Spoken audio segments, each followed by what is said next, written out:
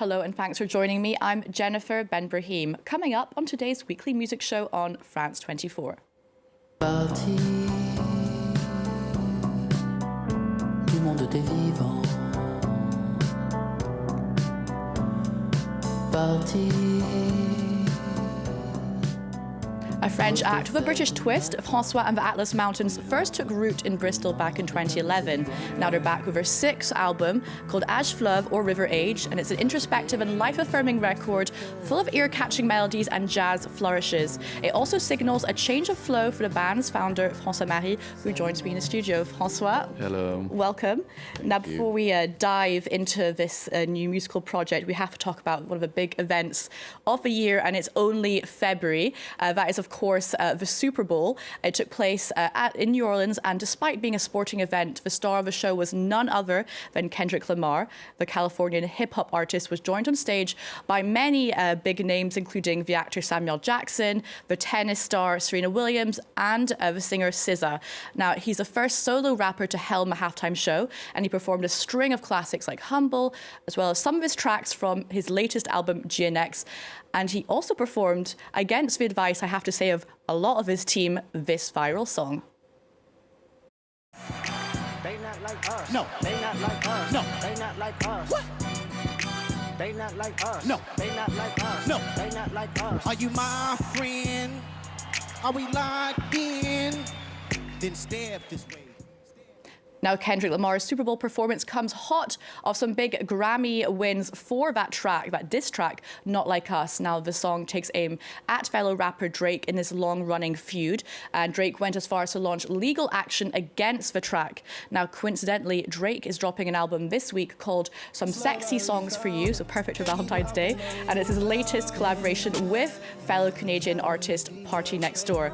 Now, Francois, what do you make of all this drama, this beef between them? I really like his trousers, I must say. Yeah. A very neutral answer. Good. Do you want to get involved in any of this? Not really, but it's always good to do a bit of a buzz with this kind of aggressivity, and yeah. No, it's quite a clever move, I think. Okay, so a bit more thought behind this track than that's what I see seen. when I see this kind of action.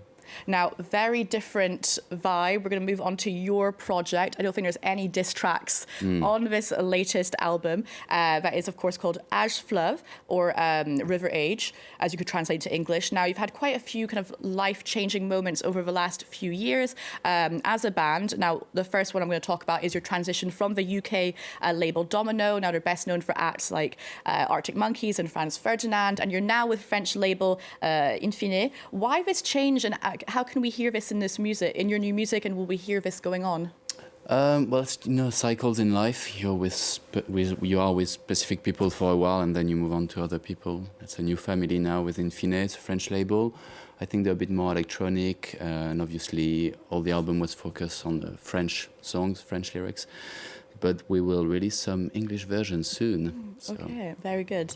Now, your latest single from the album has just been released right now, actually, and it's called Pas lent dans la neige, or Slow Steps in the Snow. Before we have a listen to it, can you give us a quick introduction to this song? Oh, it's a very old song. I wrote it actually when I was living in Bristol, and I was going out a lot by night, going to underground places and partying all night. And there was like a flow, a dance of people you meet, people that disappear, people that you go back home with. So it was this kind of dance. And the video is very kind of like nature-driven as well. Right, yeah. Nowadays I live more in the countryside. I don't go out so much, so my daily life is more about elements and walking around and snow, ocean. I mean, very beautiful setting. Let's take a look at that video.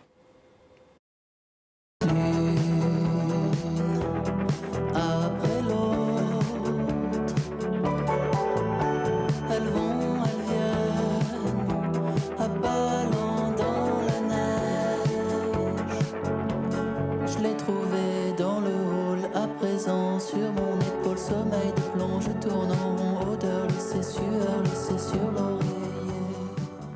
Okay, so that was Frànçois and The Atlas Mountains' latest single from the sixth studio album called Âge Fleuve. Now, another big change that you went through during the creation of this record, Frànçois, was the death of your father, and I believe that this tragedy really kind of made you more reflective and kind of question certain aspects of life.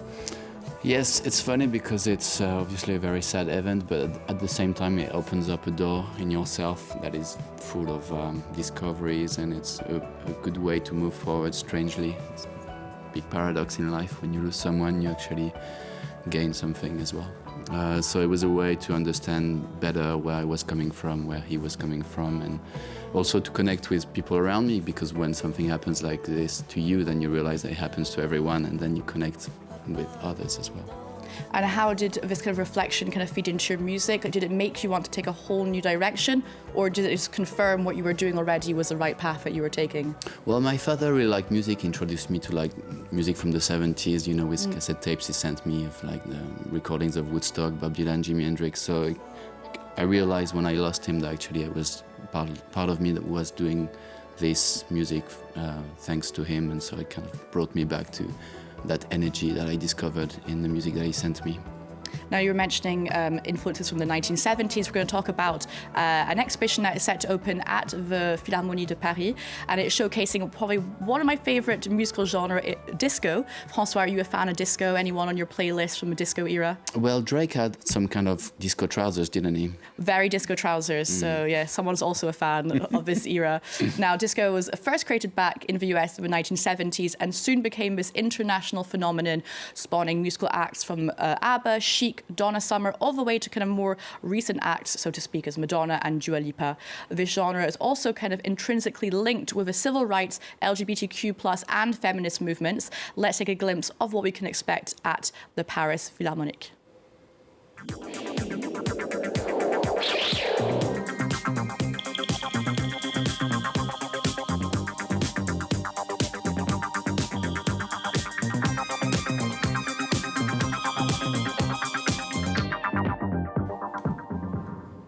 So that was Disco at Paris' Philharmonique, and that starts this week, so be sure to check it out. Now, speaking of the Philharmonique, François, you actually had a special concert back in November to celebrate your 10-year anniversary of your album Piano Ombre. What was that experience like? It was so lively. It was like a birthday party because there was lots of friends on stage making music together, and it was incredible because the Philharmonie is a room where you can feel the energy of the music, but at the same time be very precise about what you play, what you hear. So it's quite rare that you can actually connect in sound so precisely and at the same time have so much fun on stage. It's good. And what do you think is the legacy of Piano Ombre? What do you kind of retain from those early days of making music as a band? Maybe it was a signal to the people around us that you can actually make music in a collective way, because we were a very strong band together, the five of us, and we created everything together, went on tour for such long periods of time together. So I think it was a way to bring back the French listeners to the experience of making music together.